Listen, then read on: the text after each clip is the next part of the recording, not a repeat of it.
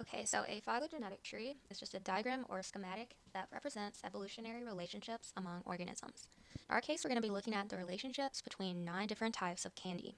The pattern of branching in the tree reflects how groups evolved from different common ancestors. And your common ancestor is just the object or species that your daughter species are derived from. So as an example, originally we had candy with sticks, and that would be our ancestral lineage. And then at some point in time, this ancestor evolved to have no sticks and split off into hard candies without sticks and soft candies without sticks. In our tree, 2 species are going to be more related. They have a more recent common ancestor, and they're going to be less related if they have a less recent common ancestor. As an example, our Kit Kats and Snickers both share the chocolate common ancestor, and our Skittles and Starbursts both share the fruit common ancestor.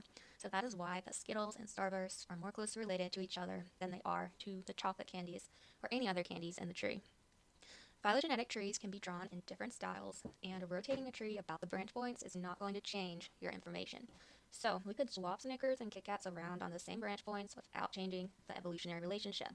But if we moved peanut M&Ms to the leftmost branch and then moved Kit Kats to the right, that would be a big change because it implies that we involved hard shells and rectangle shapes twice instead of once. And technically that is possible, but it's less parsimonious than the original tree. And that's because parsimony means that the most likely scientific explanation is going to require the fewest evolutionary changes that occur. Each branch tip on our tree represents an operational taxonomic unit, or OTU. OTUs are just objects, or species, or clades that are closely related to each other. And here we have 9 different OTUs, each of which are a type of candy. So, an unrooted tree, only the difference between your OTUs is known, but we don't know the order in which they diverged from each other. In a rooted tree, which is what we have, the distance between our OTUs is known, and we use an outgroup in order to compare them. An outgroup is an OTU that is known to have diverged earlier than your other OTUs. The outgroup roots the tree in such a way that all your other OTUs are going to share one ancestor.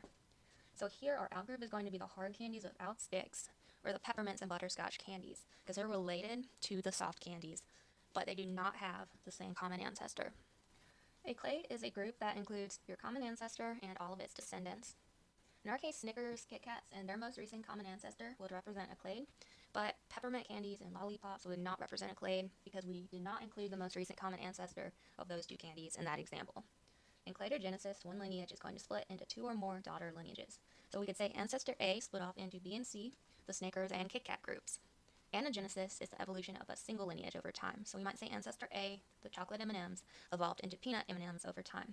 In reality, anagenesis is a lot less common than cladogenesis. The internal nodes of the tree represent the common ancestors of our OTUs. The tips are the present, and the internal nodes are the past. The branch length in our trees corresponds to how many changes occurred in the branch. The longer the branch, the more that group probably changed over time.